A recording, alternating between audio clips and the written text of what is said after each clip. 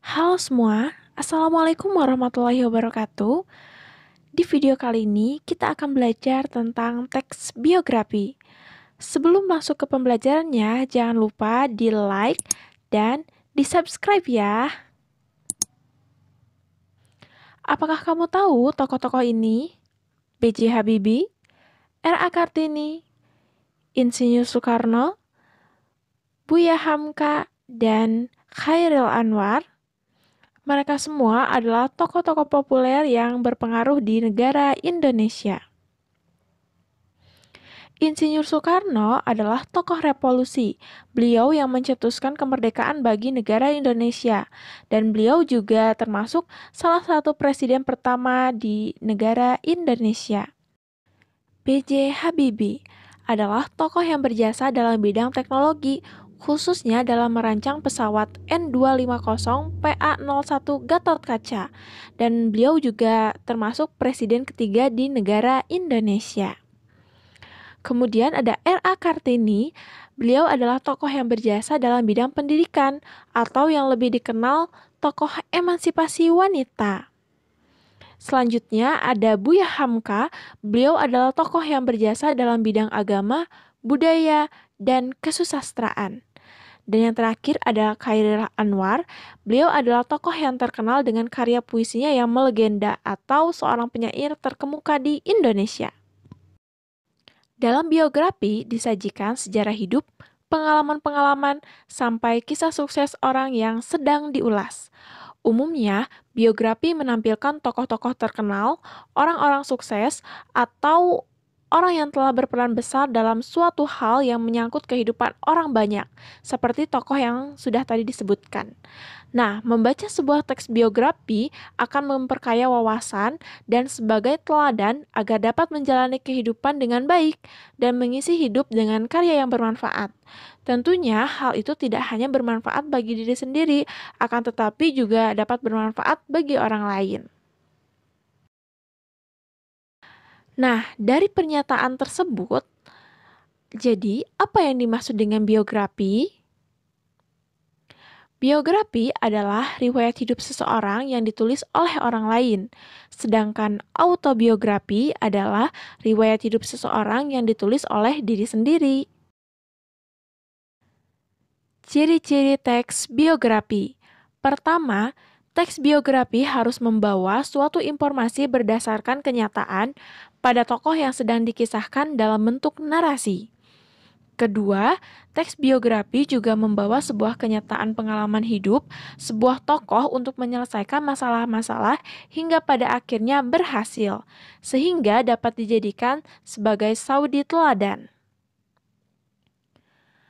Selanjutnya adalah struktur teks biografi. Nah, struktur teks biografi terdiri dari beberapa. Yang pertama adalah orientasi, berisi informasi mengenai latar belakang kisah atau peristiwa yang akan diceritakan. Informasi yang dimaksud berkenaan dengan siapa, kapan, di mana, dan bagaimana. Contohnya seperti apa yang menarik dari tokoh tersebut sehingga tokoh tersebut dapat dibuatkan biografi. Kemudian siapakah tokoh yang dibahas dalam biografi tersebut? Biasanya tokoh populer atau yang bisa menjadi saudi teladan. Kemudian bagaimanakah masa kecilnya?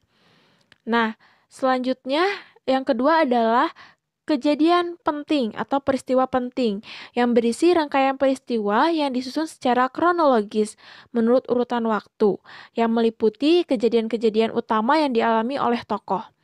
Nah, pada bagian ini mungkin pula disertakan komentar-komentar pencerita pada beberapa bagiannya.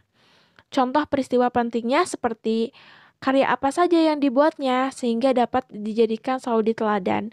Kemudian kesulitan atau masalah apa yang pernah dialaminya dan bagaimana cara ia mengatasi kesulitan-kesulitan tersebut agar dapat dicontoh oleh banyak orang. Selanjutnya, struktur yang ketiga adalah reorientasi, berisi komentar evaluatif atau pernyataan simpulan mengenai rangkaian peristiwa yang telah diceritakan sebelumnya. Nah, bagian ini bersifat opsional, yang mungkin ada atau tidak dalam sebuah teks biografi. Selanjutnya adalah kaidah kebahasaan teks biografi. Nah, kaidah kebahasaan teks biografi terdiri dari beberapa bagian. Yang pertama adalah menggunakan pronomina atau kata ganti orang ketiga tunggal seperti ia, dia, atau beliau. Kata ganti ini digunakan secara bervariasi dengan menyebutkan nama tokoh atau panggilan tokoh. Contohnya seperti ini. Si jenius dari Papua ini mendapatkan beasiswa hingga ke luar negeri. Si jenius ini merupakan kata ganti orang ketiga. Kemudian meski ia telah sukses, Oge, begitu biasanya dia dipanggil, tetap menjadi pribadi yang ramah dan tidak sombong. Oge dan dia itu kata ganti orang ketiga. Yang kedua adalah banyak menggunakan kata kerja tindakan untuk menjelaskan peristiwa-peristiwa atau perbuatan fisik yang dilakukan oleh tokoh. Contohnya, belajar, membaca, berjalan, dan melempar. Ketiga, banyak menggunakan kata adjektiva untuk memberikan informasi secara rinci tentang sifat-sifat tokoh. Contohnya seperti kata sifat untuk mendeskripsikan watak tokoh antara lain jenius, rajin, ulet.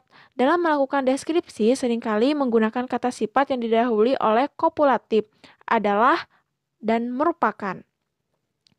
Keempat, banyak menggunakan kata kerja pasif untuk menjelaskan peristiwa yang dialami tokoh sebagai subjek yang diceritakan. Contoh seperti diberi, ditugaskan, dan dipilih. 5. Banyak menggunakan kata kerja yang berhubungan dengan aktivitas mental dalam rangka penggambaran peran tokoh. Contohnya, memahami, menyetujui, menginspirasi, dan mencintai. Keenam, banyak menggunakan kata sambung, kata depan, atau nomina yang berkenaan dengan urutan waktu. Contoh, sebelum, sudah, pada saat, kemudian, selanjutnya, sampai, hingga, pada tanggal, nantinya, selama, dan saat itu. Kemudian ada pola penyajian karakter unggul tokoh. Terbagi menjadi beberapa bagian. Yang pertama adalah secara langsung. Penulis atau pencerita langsung menyebutkan karakter tokoh. Contohnya, B.J. Habibie adalah seorang tokoh panutan yang menjadi kebanggaan bagi banyak orang di Indonesia.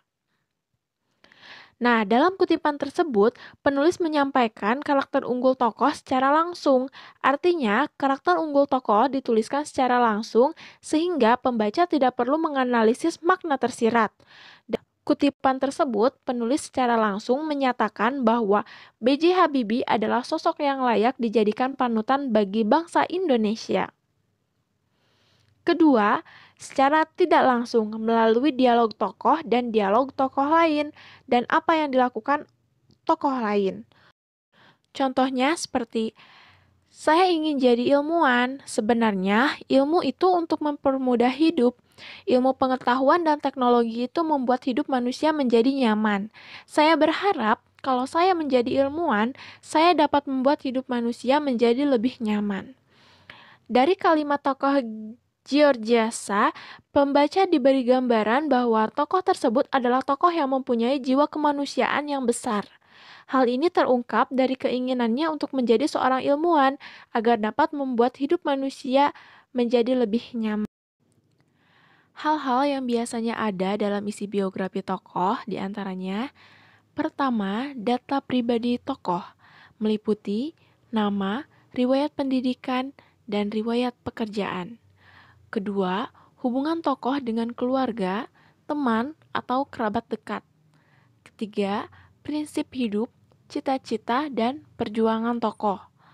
Keempat, hasil perjuangan yang telah dan belum tercapai. 5. Karya atau prestasi yang pernah dicapai dan dikenang hingga saat ini. Thanks for watching. Jangan lupa di like, comment, share, and subscribe.